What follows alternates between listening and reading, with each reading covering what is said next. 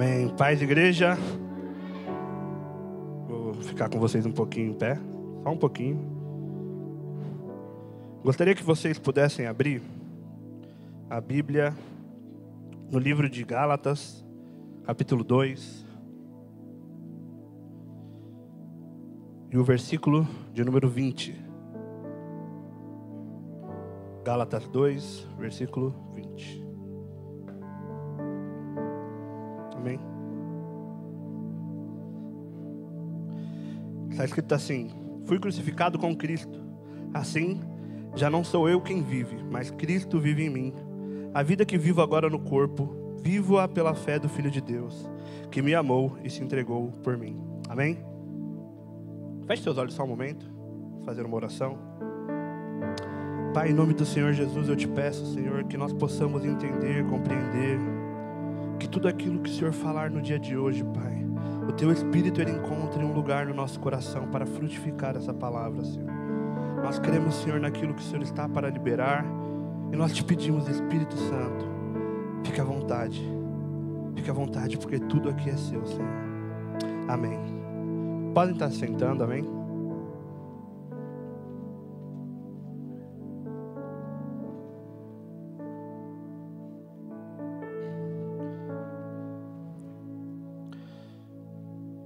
A gente, durante esse mês, né, o mês de março, nós tivemos algumas palavras aqui, né? E ontem foi muito legal, eu estava estudando, e quando eu abri, né, para poder rever essas palavras, eu percebi um padrão de perguntas nas últimas duas mensagens, né? E a primeira foi: o que você vê? Né? Onde o pastor Akira ministrou, falou sobre fé.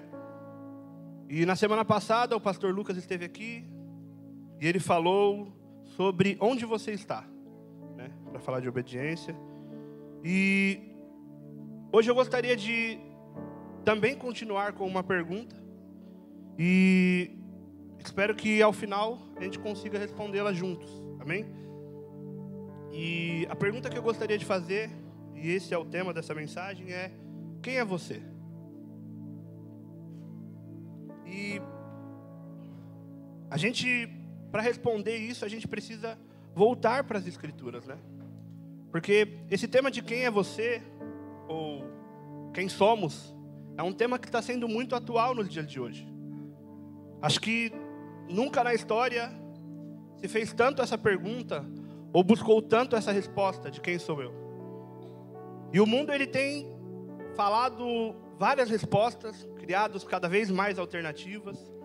Eu lembro que quando eu era um pouco mais jovem, não que eu seja velho, eu lembro que mudou muito sobre essa pergunta.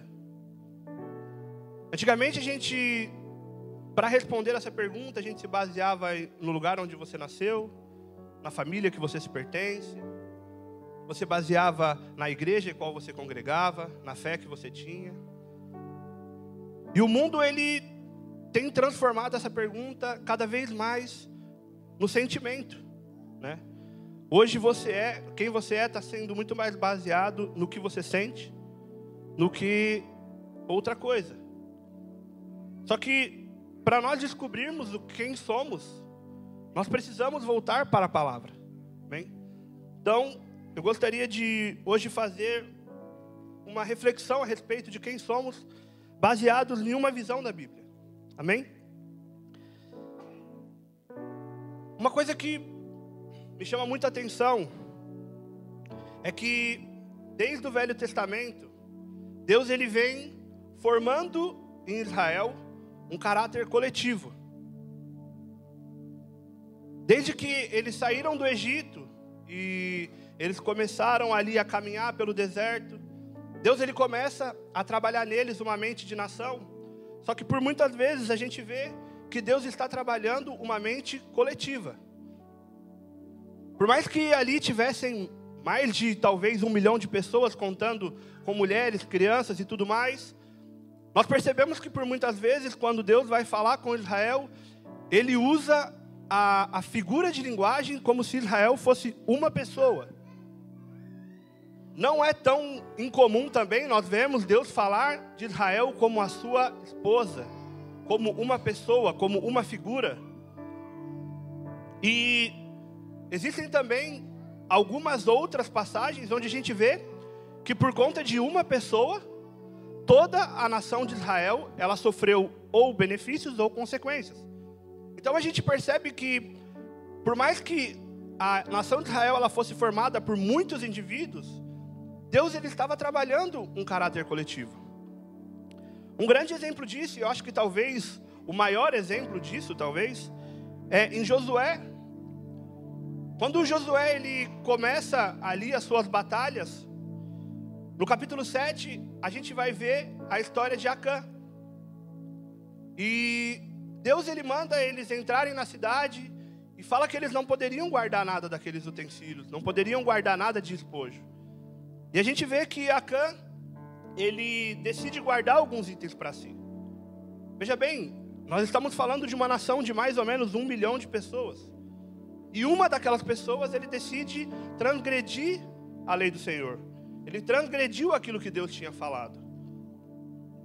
E quando eles partem para uma próxima batalha, e eles tinham acabado de vencer uma batalha de mais ou menos 600 mil pessoas envolvidas, e eles vão para uma batalha muito menor, na cidade de Ai, e eles têm uma derrota ali naquela cidade.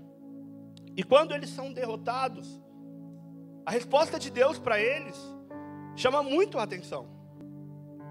Porque em Josué, no capítulo 7, versículo 1, não precisa abrir, Deus ele vai falar que eles foram infiéis. Só que veja bem, quem tinha sido infiel foi Acã, uma pessoa. Só que Deus estava falando que a nação inteira tinha sido infiel. No versículo 11 desse mesmo capítulo 7, ele vai dizer que Israel pecou. Ele não disse que Acã somente pecou, mas por conta de Acã, e por Israel estar sendo trabalhada para ser essa nação coletiva, para ser essa uma pessoa, ele diz que toda Israel pecou. E no versículo 12 ele diz que por conta desse pecado, Israel não faria mais parte com ele, Deus não estaria mais no meio de Israel. E isso, quando você vai pensar, é muito triste, porque naquela batalha 36 pessoas morreram.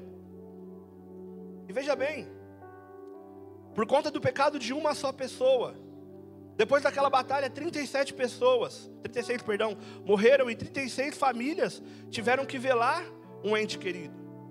36 famílias ficaram de luto por conta do pecado de uma pessoa. Então nós percebemos que, por mais do que nós somos muitas pessoas aqui dentro, a gente percebe um padrão de Deus querendo trabalhar um caráter coletivo. Nós percebemos que, em algumas vezes, o pecado de uma pessoa, ele vai te afetar também indiretamente. Assim também como as bênçãos de Deus. Por muitas vezes Deus ele vai dizer que por conta de Davi, do amor que ele tinha por Davi, alguém deveria sofrer um dano e ele deixaria passar para a próxima geração. Nós vemos que o amor por Davi, ele abençoou por muitas vezes a nação de Israel, mesmo após a morte de Davi. Então, esse caráter coletivo que Deus estava construindo, ele era tanto para o bom quanto para o mal. Mas ele apontava para alguém coletivo. Ele apontava para uma unidade. Deus estava trabalhando em Israel de que eles deveriam agir como se fossem um, ter uma mente, ter uma conduta.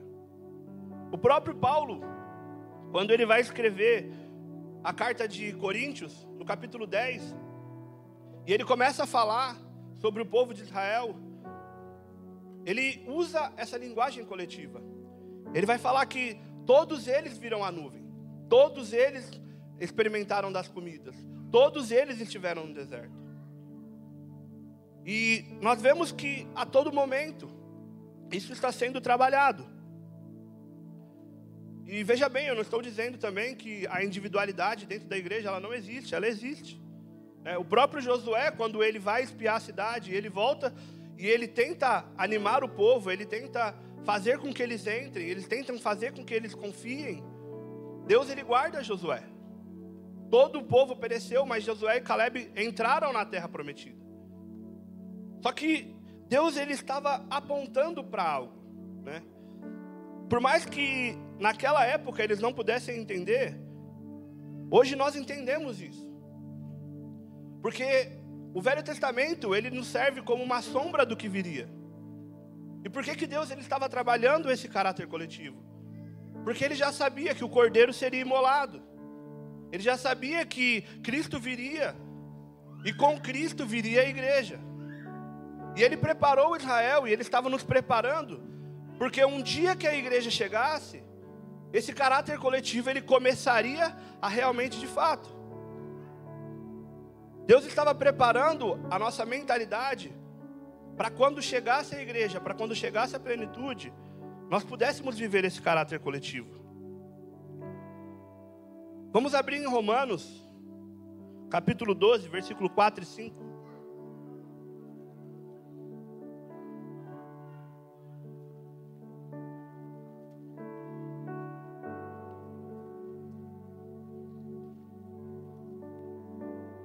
Romanos 12, versículo 4 e 5.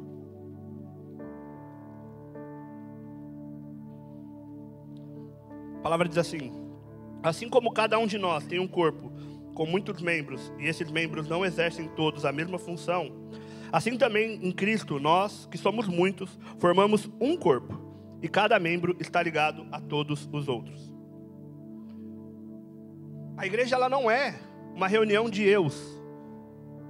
A igreja não é um lugar onde muitos eus se formam. A igreja é uma reunião de nós. A plenitude da igreja, aquilo que Deus, ele escondeu em Cristo, Ele queria mostrar para nós, é que por mais que nós possamos ser muitos, Ele queria um caráter, Ele queria uma unidade, Ele queria um coletivo. Deus, ele estava apontando para esse tempo de plenitude, para que nós pudéssemos ser um, para que nós pudéssemos ter esse caráter coletivo, e que nós pudéssemos ter o caráter de Cristo. Aqui dentro, nós não somos várias pessoas, nós somos um em Cristo. Amém? E é muito importante nós entendermos bem isso, porque hoje em dia tem crescido também o movimento dos desigrejados, né?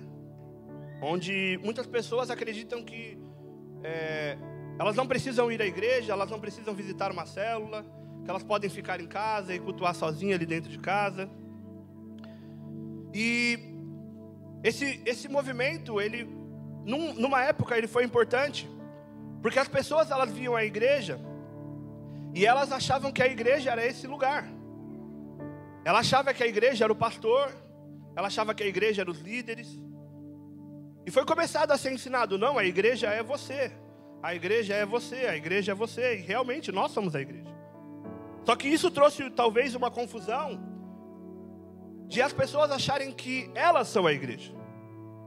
E veja bem, por mais que eu seja a igreja, sozinho eu não sou a igreja. Eu só sou a igreja se formos nós.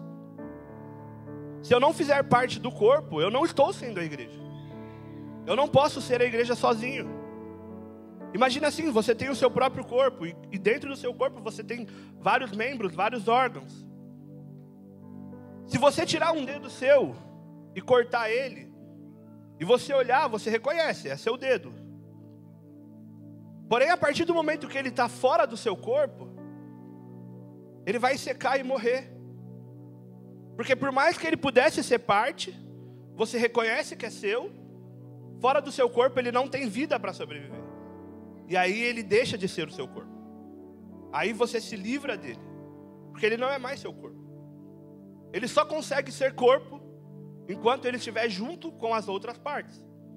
Então essa é a primeira verdade que eu gostaria que nós entendêssemos hoje. Nós somos a igreja. Mas nós só somos a igreja se formos nós. Sozinho nós não podemos ser a igreja.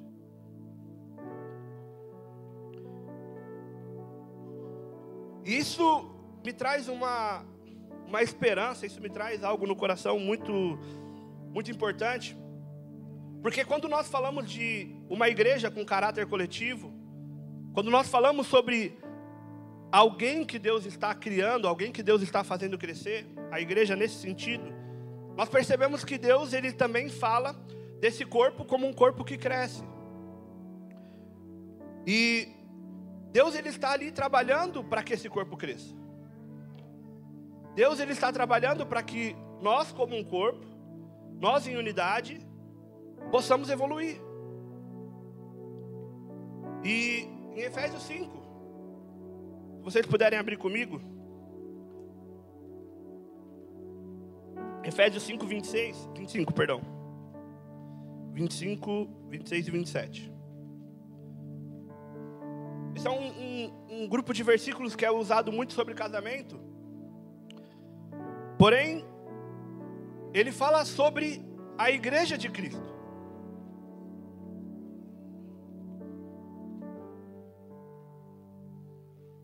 Está escrito assim: maridos, amem suas mulheres, assim como Cristo amou a igreja e entregou-se a si mesmo por ela, para santificá-la, tendo-a purificado pelo lavar da água mediante a palavra, e apresentá-la a si mesmo como igreja gloriosa, sem mancha, nem ruga ou coisa semelhante, mas santa e inculpável. O mais interessante é que nós nesse caráter coletivo, nós nessa igreja que vamos crescer, a palavra diz que Deus, que Jesus, ele se entregou para uma igreja que é santa, gloriosa, sem mancha, santa e indesculpável. E a pergunta que eu me faço quando eu leio esse texto é: tudo bem, Deus está construindo esse caráter em nós, nós estamos crescendo como corpo, nós estamos crescendo em coletividade, Deus está fazendo isso. Mas como a gente vai chegar nesse nível? Como nós vamos chegar no nível de uma igreja santa e inculpável? Eu não sei vocês, mas isso às vezes até me tira o sono. Porque nós pensamos na igreja talvez como nós, igreja Mek Toyohashi. Só que existe a igreja fora daqui. A pastora está lá na África agora, e ela também está sendo igreja conosco. A igreja que está sendo construída lá, ela também faz parte do nosso corpo. E nós precisamos ampliar essa visão coletiva, porque às vezes a gente acha que essa igreja coletiva é o irmão que está do meu lado. Mas o corpo de Cristo, ele está no mundo inteiro. E o crescimento, ele precisa ser no mundo inteiro. Se nós crescermos de maneira desigual, se aqui a nossa igreja começar a crescer muito e todas as outras ficarem para trás, isso é uma anomalia. A igreja de Cristo, o corpo de Cristo, a consciência dele, ela tem que crescer em conformidade. Ela tem que crescer no mundo inteiro de maneira uniforme. E é por isso que nós precisamos ter essa mente coletiva. É para isso que nós precisamos, talvez, parar de olhar um pouco somente para o que está acontecendo na nossa vida e entender que a igreja, ela precisa avançar em todo o mundo, avançar em todas as áreas, avançar na sociedade, avançar no seu bairro. A igreja, ela precisa crescer. E nós precisamos ter esse entendimento de que, assim como eu falei sobre Acã e Davi, a nossa atitude dentro da igreja, dentro do corpo, ela pode estar ou amaldiçoando ou abençoando os nossos irmãos. É por isso que nós precisamos começar a compreender que a nossa vida, o que nós fazemos, ele não para somente em nós. Tudo que você faz, ele reflete em mim, e tudo que eu faço reflete em você. E como que nós vamos avançar? Eu já me fiz essa pergunta. E quando eu estava lendo a carta de Efésios, algo me chamou a atenção no capítulo 4. Se vocês puderem acompanhar comigo, a partir do versículo 3 de Efésios 4.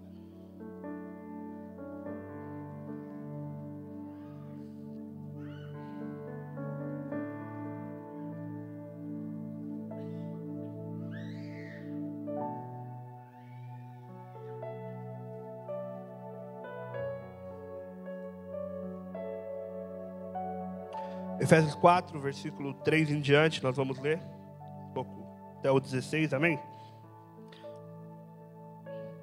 Paulo, ele está falando, e vale lembrar, a gente não vai ler, que Paulo está preso quando ele está falando. E ele começa a dizer assim: procurando guardar a unidade do Espírito pelo vínculo da paz. Há só um corpo e um só Espírito, como também fostes chamados em uma só esperança da vossa vocação. Um só Senhor, uma só fé, um só batismo.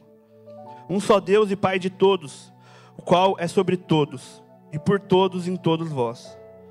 Mas a graça foi dada a cada um de nós, segundo a medida do dom de Cristo.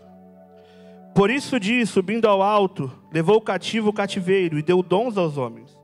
Ora, isto, ele subiu. O que é, senão, se também antes tinha descido às partes mais baixas da terra? Aquele que também desceu é o mesmo que subiu acima de todos os céus, para cumprir todas as coisas. E ele mesmo deu uns para apóstolos, e outros para profetas, e outros para evangelistas, e outros para pastores e doutores, querendo o aperfeiçoamento dos santos, para a obra do ministério, para a edificação do corpo de Cristo. 13. Até que todos cheguemos à unidade da fé e ao conhecimento do Filho de Deus, o homem perfeito, a estatura completa de Cristo. Para que não sejamos mais meninos inconstantes, levados em roda por todo vento de doutrina, pelo engano dos homens que com astúcia enganam fraudulosamente. Antes, seguindo a verdade em amor, crescemos em tudo naquele que é o cabeça, Cristo, do qual todo o corpo, bem ajustado e ligado pelo auxílio de todas as juntas, segundo a justa operação de cada parte, faz o aumento do corpo para edificação em amor. Amém? E enquanto eu estava no meio das minhas dúvidas em relação a como esse crescimento acontece, como nós poderíamos alcançar esse crescimento, algo me chamou muita atenção nesse texto. Porque, veja bem, eu cresci na igreja. Vocês conheceram os meus pais, e minha mãe se converteu quando eu tinha 2 anos. E desde os meus 2 anos, eu via a igreja. Por mais que naquela época eu não poderia dizer que eu era cristão ainda, mas eu via tudo o que estava acontecendo.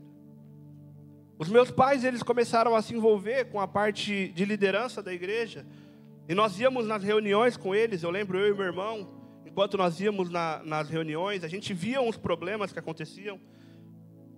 E quando eu me converti com essa bagagem. E eu ficava pensando, eu ficava às vezes aflito. Porque a palavra diz que a igreja, que Cristo morreu por ela, ela é uma igreja santa, inculpável, incorruptível. E eu ficava naquele dilema que eu acho que todo cristão vive, de você olhar a palavra, acreditar naquilo que está escrito. Só que às vezes você olha para dentro de si e você não encontra aquilo que você está vendo. E a nossa fé, ela precisa começar a ser trabalhada nisso. E foi aí que eu encontrei esse texto, e eu comecei a meditar, e aquilo começou a crescer no entendimento dentro de mim.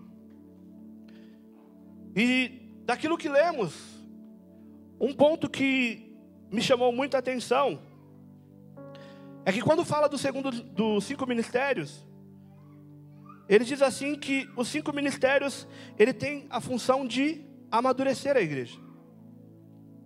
Porque veja bem, aqui no versículo 12, ele diz que querendo o aperfeiçoamento dos santos para a obra do ministério, para a edificação do corpo de Cristo. Foi para isso que Deus, ele criou os 5 ministérios. Então, tudo que a gente faz aqui, que se baseia nos 5 ministérios, ela está sendo para que o corpo, ele amadureça. Está sendo para que, dentre as nossas relações, nós alcancemos o crescimento. E no 16 ele diz assim, que o corpo bem ajustado e ligado pelo auxílio de todas as juntas, segundo a justa operação de cada parte, faz o aumento do corpo. Novamente ele está falando sobre serviço. E como que nós podemos crescer esse corpo? Como nós podemos amadurecer esse corpo? Quando nós juntos começamos a servir. O crescimento do corpo, ele se dá quando nós começamos a se mexer. E essas analogias que Deus ele deixou para nós na Bíblia, ela é muito interessante. Porque isso também é na nossa vida. Veja bem, se você pegar uma criança e colocar ela em cima de uma cama, e ela não conseguir andar, o corpo ele começa a atrofiar. Os músculos atrofiam. Se você hoje, mesmo adulto, e você se machucar, e você colocar um gesso, você passar ali 3 meses com gesso, quando você tirar aquele gesso, você vai perceber que os seus músculos eles diminuíram. Pela falta de movimento, os seus músculos eles atrofiaram. E o corpo de Cristo, ele também é assim. Porque aqui está dizendo que o corpo ele vai chegar no amadurecimento e na estatura do varão perfeito que é Cristo. Só que ele condiciona aqui essa movimentação do corpo. Deus está falando para nós que se nós queremos chegar nessa maturidade, nós precisamos entender que o que fazemos aqui é para que a gente seja preparado para servir. Nós precisamos entender que o que nós fazemos e as nossas movimentações como igreja, ela está amadurecendo o caráter da igreja. Ela não está só amadurecendo a quem eu sou, mas ela está nos fazendo crescer em quem somos. Só que, ainda no versículo 16, ele diz que esse serviço e essa movimentação, ela precisa ser feita em amor. Aqui diz que para a sua edificação em amor. Então, vendo esse grupo de versículo que lemos, eu consegui ter 3 entendimentos a respeito de como que nós podemos avançar e crescer em corpo. A primeira é comunhão. Nós não vamos crescer se nós não estivermos juntos. A palavra diz sobre o movimento das juntas que faz o crescimento do corpo. Então, novamente, nós precisamos estar juntos. Nós não iremos crescer se nós não tivermos comunhão com os nossos irmãos. Você não vai ser capaz de crescer somente sozinho. A segunda é o serviço. Nós não cresceremos em entendimento se cada um de nós não entendermos que cada parte do corpo precisa trabalhar. Eu lembro que eu estava no Brasil e uma matéria no jornal foi muito falada no Rio de Janeiro, onde uma tampa de bueiro explodiu e arrancou o dedão do pé de uma mulher. Alguém lembra dessa história? Não? Acho que só eu. Só que me chamou muita atenção porque eu lembro que eu estava com meu pai e foi feito assim algo, uma cobertura muito grande sobre esse fato. E meu pai ficou muito preocupado. E eu, sinceramente, era um pouco pequeno, eu não entendi o porquê de tanta preocupação. E eu perguntei para ele por que ele tinha ficado assim, tão alarmado. Porque assim, no meu ver, né, dos males o menor, ela só perdeu o dedo do pé. É uma tampa de ferro, pesa uns 20 quilos talvez. Poderia ter acontecido um desastre muito maior na vida dela. E eu lembro que meu pai falou assim, o equilíbrio do corpo está no pé. E provavelmente essa mulher, ela vai ter que reaprender a andar. Por conta desse dedo que ela não tem mais, ela vai ter que passar muito tempo reaprendendo a ter equilíbrio. Ela vai passar uma dificuldade muito grande. E imagina isso para o corpo de Cristo. Porque às vezes você olha para você e você pensa, não, o meu papel aqui dentro é pequeno. Ou talvez eu não teria um papel muito grande. Ou talvez o que eu faço não é de tanta importância. Só que a nossa movimentação como corpo, ela precisa ser completa. Porque imagina só, um dedo que ela perdeu, ela teria que fazer meses de fisioterapia para ela aprender a andar de novo. E é isso que tem, por muitas vezes, trago problemas para o corpo de Cristo. Porque Todo mundo vem aqui e só quer ser cabeça, só quer ser olhos, só quer ser a parte do corpo que é bonita. Irmão, se Deus te chamou para isso, amém. Sirva naquilo que Deus tem te chamado. Só que o problema é que, às vezes, você olha o seu chamado e acha que ele não tem importância. E aí você vive aquela vida de vir à igreja, e vir à igreja, e vir à igreja, e vir à igreja, e consumir da igreja, e consumir, e consumir, e consumir. E isso faz com que você não consiga amadurecer, e nós, por consequência, como igreja, como corpo, também não amadurecemos. Porque quem tem essa mente de consumo é criança. É a criança que acorda de manhã, e desde o segundo que ela acorda até o segundo que ela vai dormir, é pai quero, pai me dá, eu quero.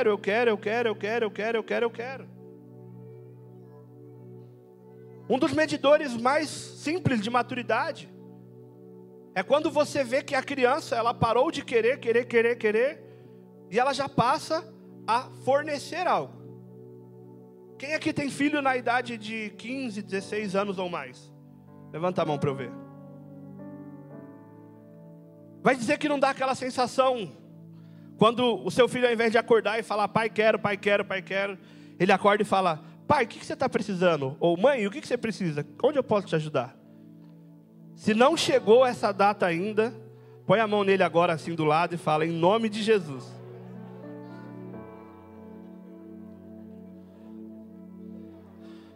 Mas esse é um medidor claro de maturidade. Nós podemos identificar que um filho ele está crescendo quando ele começa a entender que o mundo ele não é só baseado nas suas próprias vontades. E ele começa a entender que para que o mundo funcione, para que todas as coisas elas sejam alinhadas, para que a casa ela funcione, para que um almoço aconteça, para que a casa permaneça arrumada, existem operações e sacrifícios que precisam ser feitos. E essa mentalidade, ela é a mesma aqui na igreja. Um dos medidores que nós podemos ver de um cristão é quando ele chega na igreja e ele entende que a igreja, para ela acontecer, muitas coisas tem nos bastidores. Para esse culto, por exemplo, ter acontecido, alguém precisou vir aqui, provavelmente ontem, limpar a igreja, arrumar essas cadeiras. Para que eu ministre essa palavra, alguém precisou imprimir essa Bíblia. Para que a gente almoce, tem uma equipe agora lá, fazendo uma comida maravilhosa. Alguém precisou limpar os banheiros. Alguém precisou chegar aqui cedo, abrir a igreja, ligar as luzes, colocar as câmeras para funcionar, a live para funcionar. Alguém precisou ficar no estacionamento, para que você consiga estacionar o seu carro no lugar certo, com segurança. E glória a Deus pela vida deles. Eu acho que hoje era o Hugo, seu Luiz estava lá. Deus abençoe vocês, porque faz chuva, faz sol, eles estão lá. Muitas coisas precisam ser feitas para isso funcionar. E isso porque eu estou me limitando somente a falar dessa igreja. Mas para pastores estar lá na África, pessoas precisaram começar lá, pessoas precisaram pagar o preço para aquilo acontecer.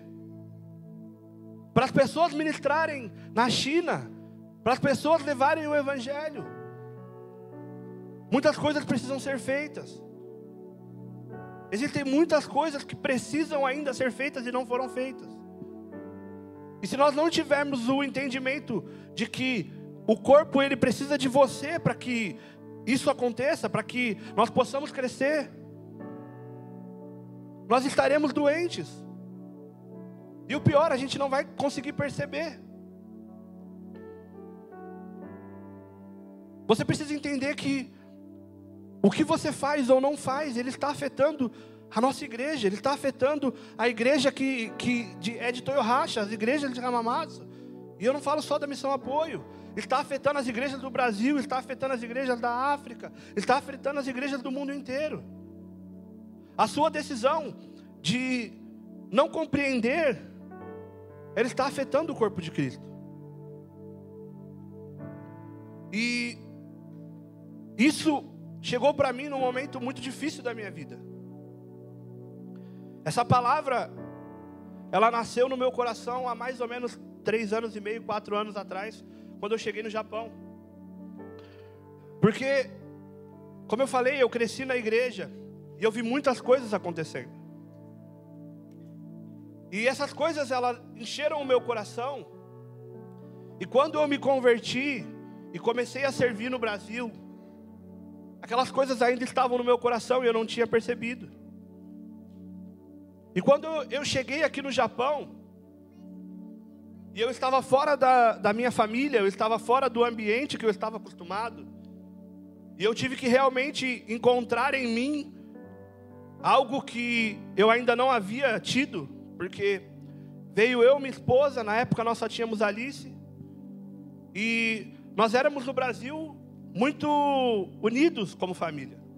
Nós estávamos sempre juntos, nós estávamos sempre perto, nós estávamos sempre envolvidos com as coisas da igreja. E quando eu cheguei aqui, eu tive que ficar sozinho, só eu, minha esposa e minha filha. Eu encontrei coisas no meu coração que começaram a me esfriar. E quem está aqui desde quando eu cheguei, há 4 anos atrás, sabe que no começo só a Carol que vinha para a igreja. E eu me esfriei dentro de mim. E eu lembro que um dia ela chegou para mim e falou: amor, por que você não vai para a igreja? E eu falava para ela assim: amor, eu não consigo mais encontrar forças para ir para a igreja. A minha fé, ela não mudou em nada. Eu ainda amo Deus mais do que tudo. Mas essa vida de ir para a igreja todos os dias, e ir para a igreja, isso me cansou. E eu não sei por que isso me cansou. E isso era uma ferida muito grande no meu coração, e era uma ferida muito grande no coração da minha esposa. Porque no Brasil, quando a gente se casou, ela precisou uma época ir para a igreja sozinha, porque ela congregava numa igreja que eu não gostava. E eu falava para ela: vamos achar uma igreja, vamos achar uma igreja. E quando chegou no Japão e ela precisou viver novamente esse período de ir para a igreja sozinha, foi uma dor muito grande para ela. Porque ela ia grávida no Brasil.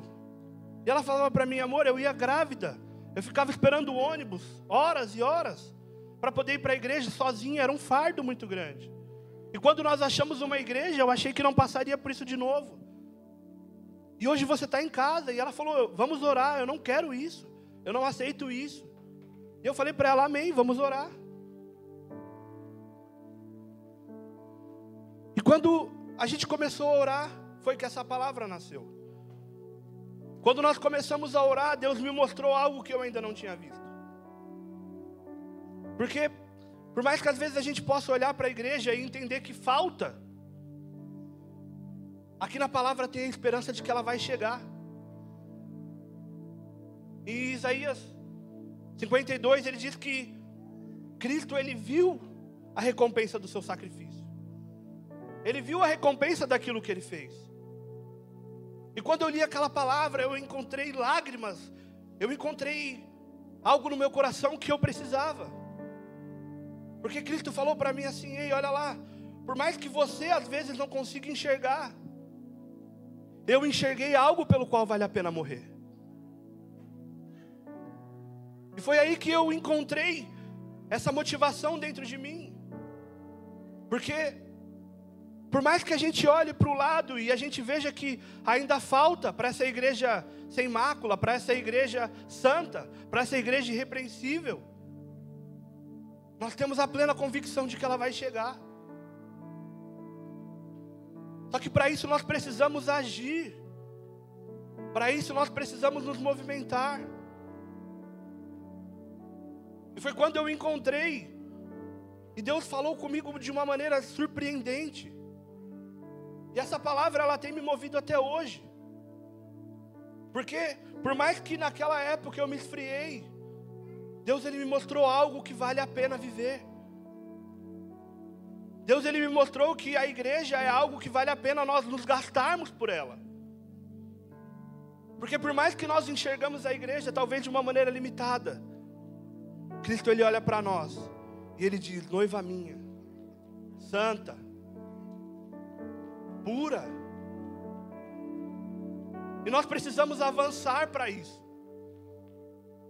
Nós como cristãos precisamos entender que nós somos a igreja, nós somos o corpo, e esse corpo ele precisa avançar.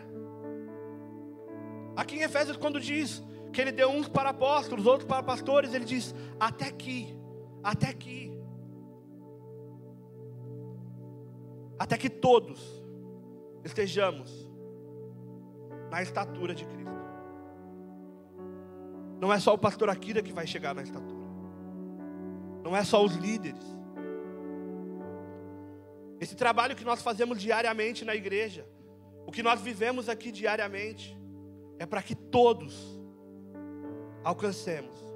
É para que a igreja, como um só, alcance a estatura de Cristo.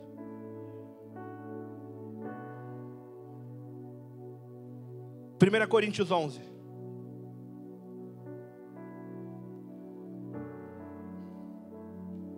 Não vou pregar ceia.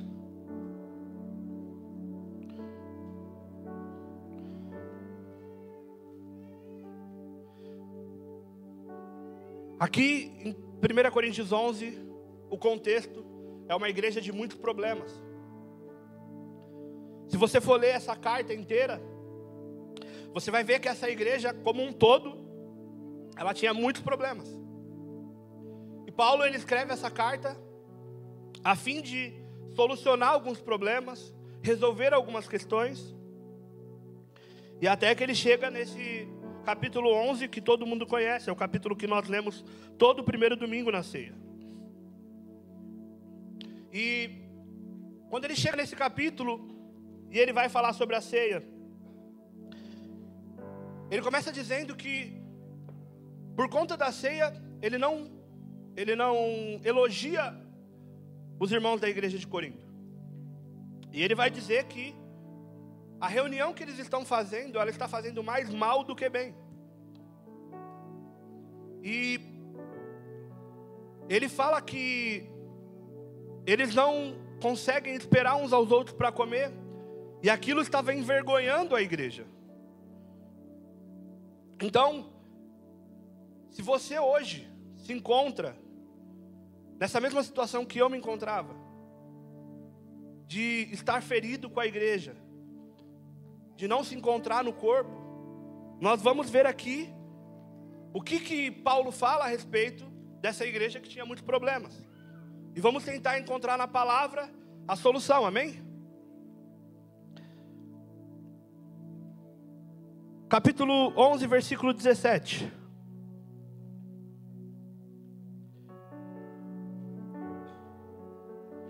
Primeira Coríntios 11, versículo 17. Amém?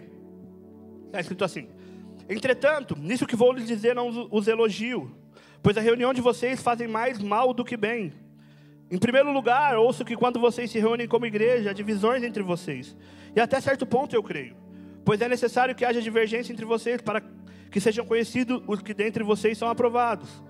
Quando vocês se reúnem, não é para comer a ceia do Senhor, porque cada um come sua própria ceia, sem esperar pelos outros.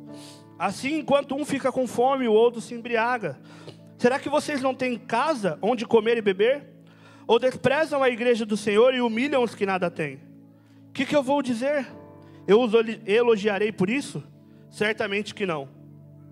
Pois eu recebi do Senhor o que também lhes entreguei, que o Senhor, na noite em que foi traído, tomou o pão e, tendo dado graças, partiu e disse: isso é meu corpo, que é dado em favor de vocês. Façam isso em memória de mim. Da mesma forma, depois da ceia, ele tomou o cálice e disse: esse é o cálice da nova aliança, no meu sangue.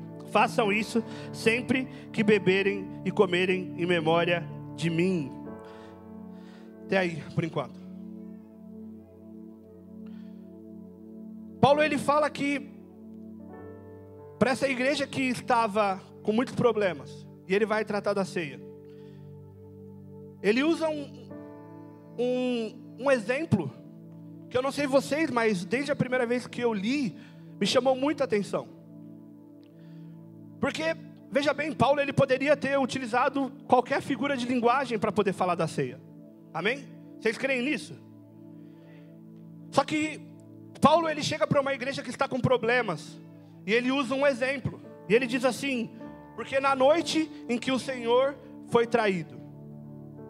Então, pense bem, foi na noite que o Senhor foi traído, que ele pegou o pão, partiu e entregou. De todas as outras noites que ele poderia ter falado, ou sobre outras coisas que Deus fez, que Jesus fez nesse dia, ele poderia ter dado exemplo. Ou ele poderia não ter dado exemplo nenhum. Porque ele fala assim: eu recebi do Senhor. Então ele poderia ter dito: enquanto eu recebi, foi isso que aconteceu. Mas ele preferiu usar essa palavra. Então veja bem, eu gostaria que a gente pudesse voltar na noite em que Cristo foi traído e ver algumas coisas que ele fez.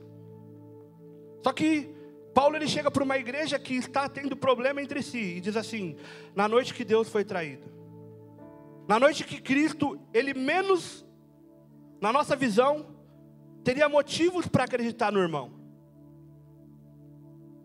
Jesus, ele foi traído por Judas, que era alguém próximo dele.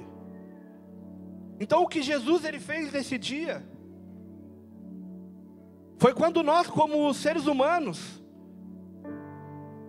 talvez eu mesmo, talvez, menos teria motivos para confiar em alguém. Se tinha um motivo para que Jesus pudesse não acreditar, seria nesse dia. Porque ele seria traído, ele seria preso por causa disso. Ele teria um sofrimento a partir desse amigo dele. Coisas ruins estavam prestes a acontecer.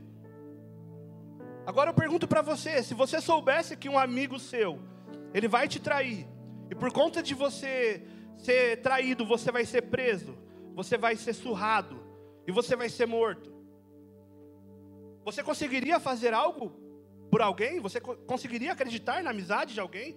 Você conseguiria acreditar que realmente as suas relações, elas são saudáveis e elas podem dar certo? Só que Cristo, ele não vai no caminho mundano do que é a amizade, no caminho mundano do que são relacionamentos.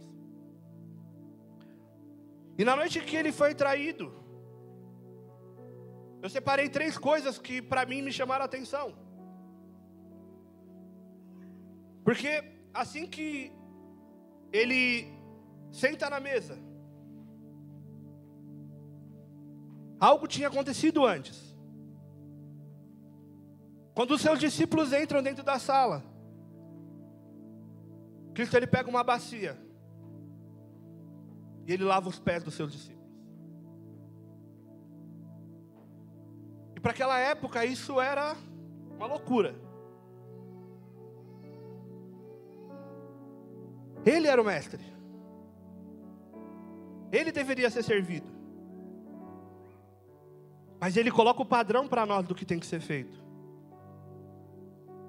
E ele pega a bacia e ele lava os pés dos seus discípulos. E ele demonstra que mesmo no dia que ele seria traído, se tem algo que poderia nos curar, é servir.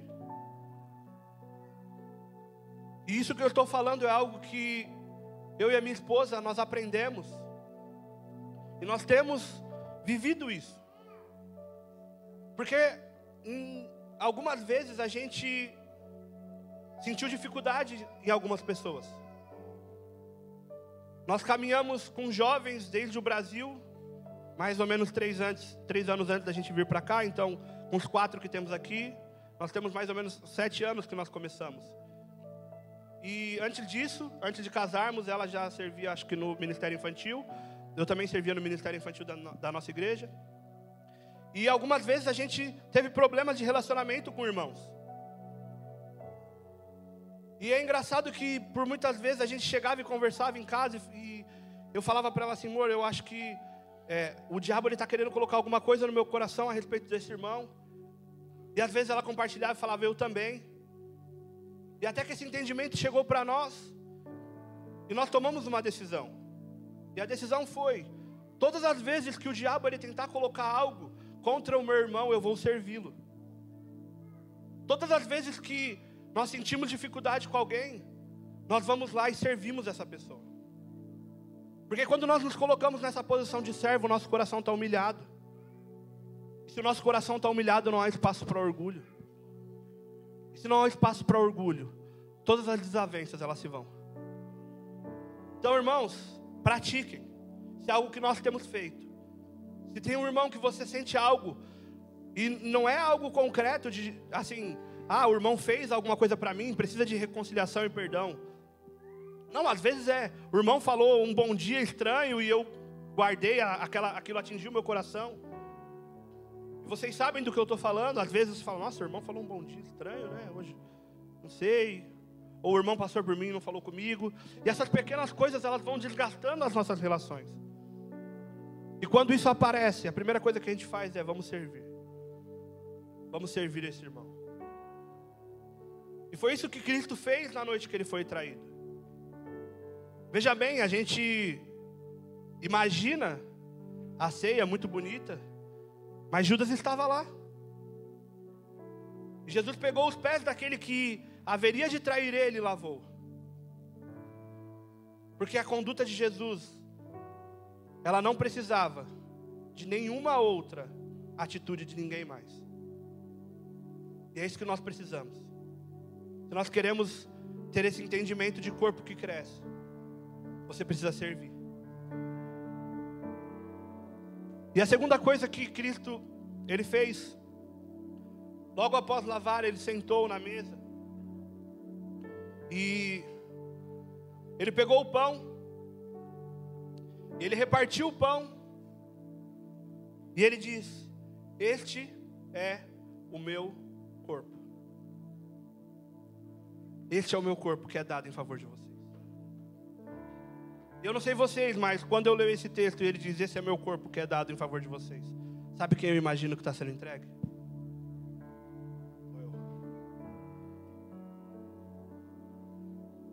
Eu imagino que eu estou sendo entregue.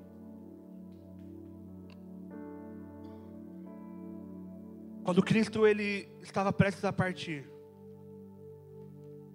ele repartiu e disse, façam isso. Se repartam. Compartilhem a vida de vocês. Compartilhem a vida de vocês. A comunhão que eu falei, ela não é simplesmente um ajuntamento. A comunhão é mesa, é olho no olho, é vida na vida.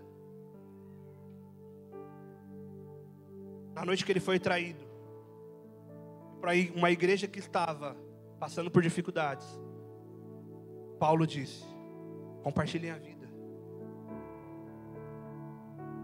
Se coloque no lugar do outro. Pare de pensar um pouco em si. Comece a pensar também no outro. Nós precisamos entender que a igreja ela é muito mais do que simplesmente a nossa vida e o nosso ministério com Deus. Nós precisamos ter esse pensamento coletivo. Nós precisamos ter esse entendimento de que a igreja ela é nós nos entregando por alguém. Porque nós temos talvez esse olhar muito individual quando nós pegamos a palavra. E Cristo ele diz assim, se você quer me seguir, tome a sua cruz. Faça o que eu fiz, venha após mim. E a gente pega essa analogia que ele fez e pensa, tudo bem, eu tenho que morrer igual Jesus morreu. Aí você olha para a sua vida e fala, onde eu tenho que morrer na minha vida? Só que Cristo ele não morreu por ele.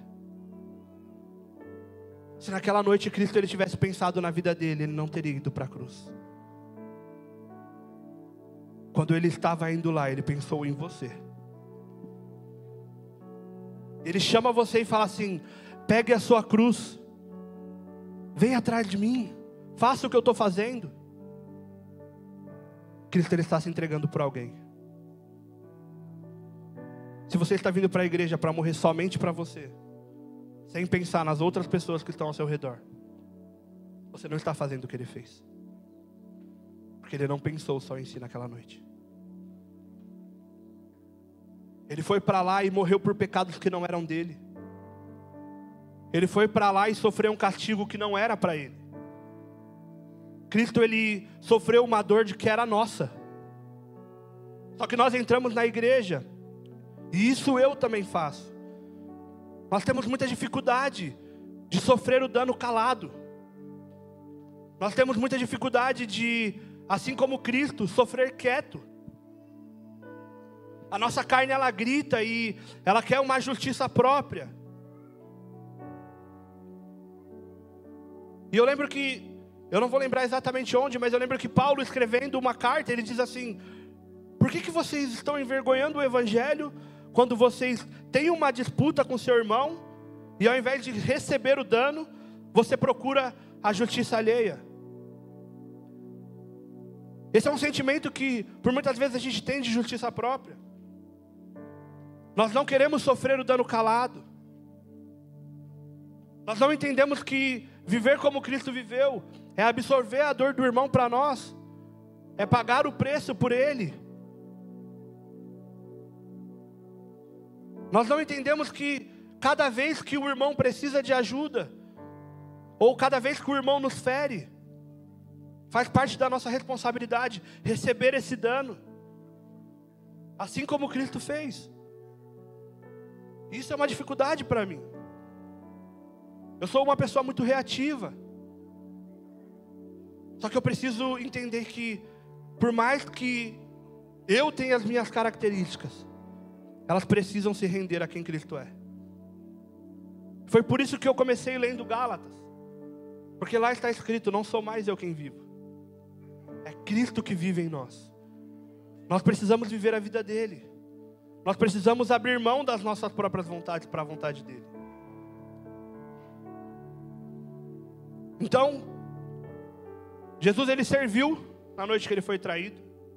Jesus, ele repartiu o pão, ele repartiu a vida. Serviço e comunhão. Falta um. Vocês lembram qual era? Jesus, quando ele termina, ele sai para orar. E nessa oração ele ora por si. E depois ele vai e ora pelos seus discípulos. E logo após ele ora por nós, por mim e por você. Depois que ele ora pelos seus discípulos, ele começa a orar pelos crentes que ainda creriam. Ele começa a orar pela igreja que viria após a morte dele. Vamos ver o que Jesus orou por nós? João, capítulo 17.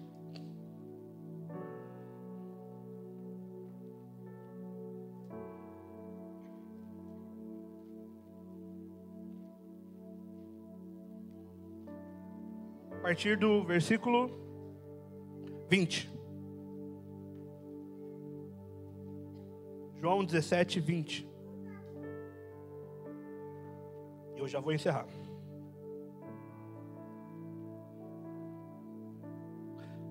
Está escrito assim: minha oração não é apenas por eles, rogo também por aqueles que crerão em mim, vocês, eu, por meio da mensagem deles, para que todos sejam um.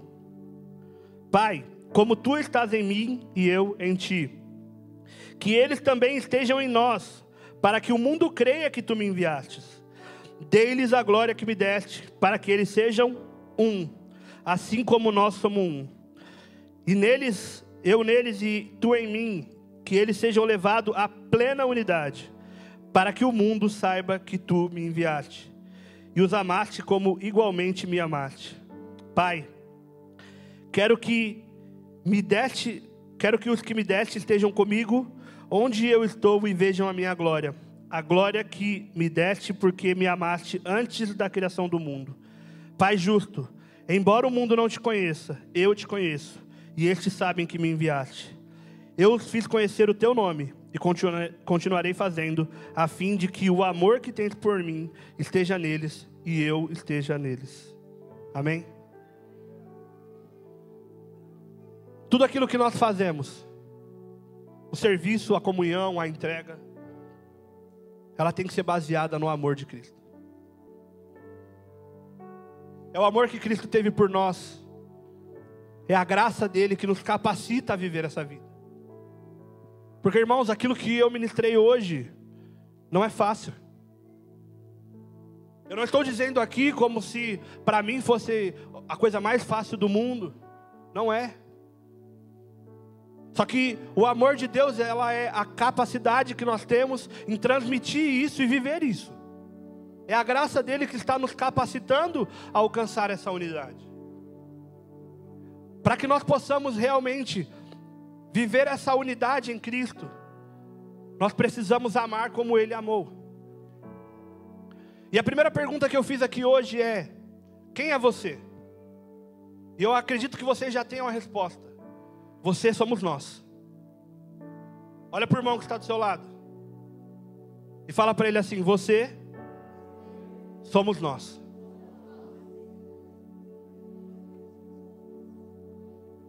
Nós somos um, amados. Nós somos um em Cristo. Nós somos uma igreja, um corpo. E não é qualquer corpo. É um corpo santo.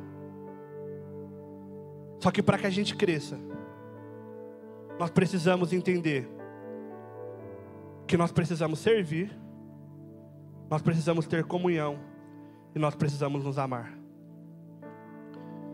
E é muito incrível porque depois que Jesus ele partilha o pão, ele fala: este aqui é o meu cálice, essa é a minha nova aliança. A garantia que nós temos de que tudo isso vai dar certo, ela vem pelo sangue daquele que morreu por nós. É o sangue dele que nos permite viver esse nível de unidade como igreja, a crescer e viver esse tipo de experiência. Você pode ficar em pé.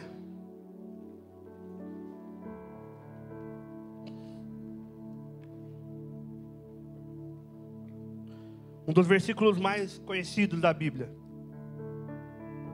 João 3,16. Vai dizer que Deus ele amou muito o mundo. Ele amou o mundo de uma maneira tão grande que Ele deu o Seu Filho para que a gente pudesse alcançar a salvação. Todos creem nesse versículo? Não, foi muito fraco. Gente, é salvação que eu estou falando, hein? Todo mundo aqui crê nesse versículo? Vocês têm alguma dúvida de que Deus amou vocês e que deu o Seu Filho para vocês morrer, para vocês puderem ser salvos? Não? Então vamos ler o que João escreveu, o mesmo João, na primeira carta dele, também no capítulo 3, e também no versículo 16. Então ao invés de ler João 3,16, a gente vai ler a primeira carta de João 3,16. Tá bom? Está escrito assim, ó: nisso nós conhecemos o que é o amor. Jesus Cristo deu a vida por nós, e nós devemos dar a vida pelos nossos irmãos. Se você está conhecendo, participando, e você está desfrutando do amor que Deus tem por você, esse amor ele precisa refletir em você amar o seu irmão, assim como Deus te amou. E é por isso que quando perguntam para Jesus qual que é o maior dos mandamentos, Ele fala: amar a Deus e ao seu irmão como a si mesmo. Se nós queremos crescer como corpo, nós precisamos realmente nos entregar uns pelos outros. Porque só assim que nós conseguiremos viver a plenitude do que Deus sonhou e do que Deus determinou para que a igreja fosse. Amém? Eu vou estar orando. E se você sente igual eu sentia, se por algum momento na sua caminhada com Cristo você percebeu que a igreja ela te feriu, ou que você sentiu algo no seu coração de que a igreja ela não cumpriu as expectativas que você criou, eu gostaria de te chamar aqui na frente. E a gente vai orar por você, para que você possa realmente viver a unidade plena. Porque Paulo, depois daquilo que a gente leu, ele vai dizer: por vocês não terem entendimento do corpo, por vocês não terem entendimento de que quando vocês estão ceando, vocês são uma unidade, por terem pessoas que não estão ligando para o outro, existem muitas pessoas que estão morrendo, existem muitas pessoas que estão adoecendo, e existem muitas pessoas que estão fracas. Então, eu gostaria de chamar aqui na frente, para que você possa realmente ser curado disso hoje.